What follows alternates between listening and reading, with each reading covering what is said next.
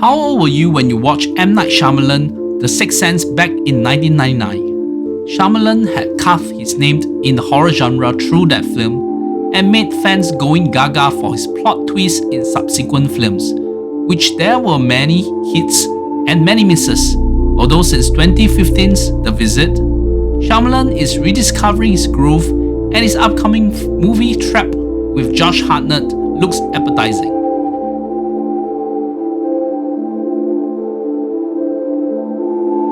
In 1999, besides having the world at his feet with The Sixth Sense, 29-year-old Manoj Nelliyathu also welcomed his second daughter, Ishana.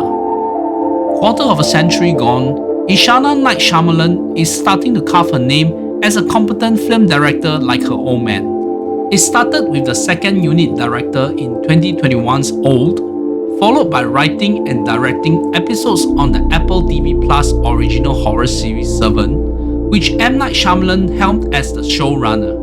Young Ishana also did second unit directing for 2023's Knock at the Cabin. In the midst of being busy with her father's projects, Ishana was planning her feature film directorial debut, adapting Irish horror writer A. M. Shine's novel The Watchers.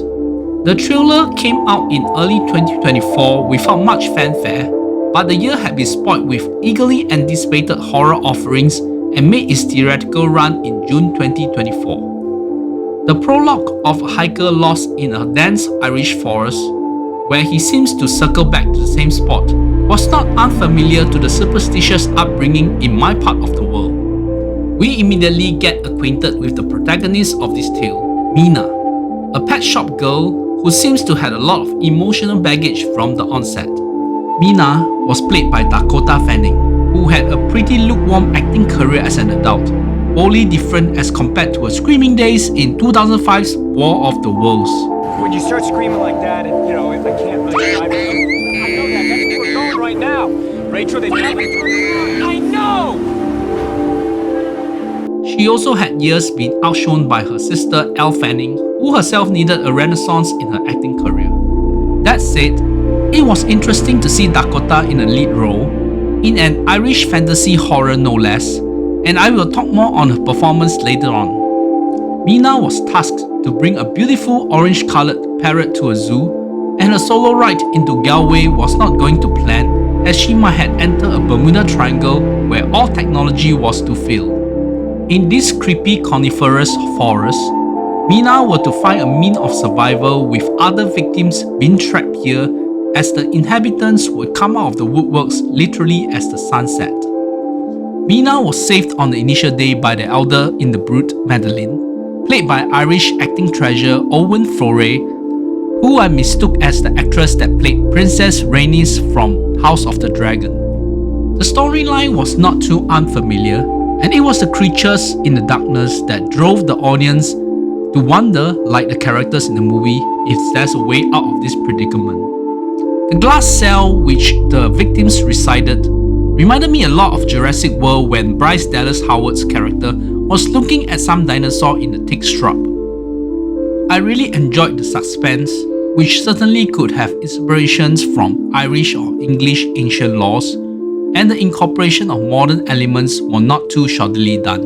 Although I would not call watching a DVD of a Big Brother type show on a CRT TV to be that modern. There was also a gramophone which played a really creepy tune, which naturally reminded me of Insidious. From the moment Mina stumbled into this precarious environment, I felt that there was a strong lost feel, and lo and behold, the mystery unraveled in a very similar manner to that ABC TV series. Of course, there was a better conclusion from author Shine, which conveniently spun into a cinematic twist that would make director Ishana's father proud. In the role of Mina, I thought Fanning was a competent final girl in a horror feature, as she was able to grasp the ongoings and meandered through all the probable perils logically and brilliantly. I was unsure the emotional baggage was necessary. Perhaps it was more nuanced in the novel itself. The ending definitely signaled a sequel was imminent if the movie did well in the box office or streaming. And A.N. Shine already had written a sequel novel called Stay in the Light.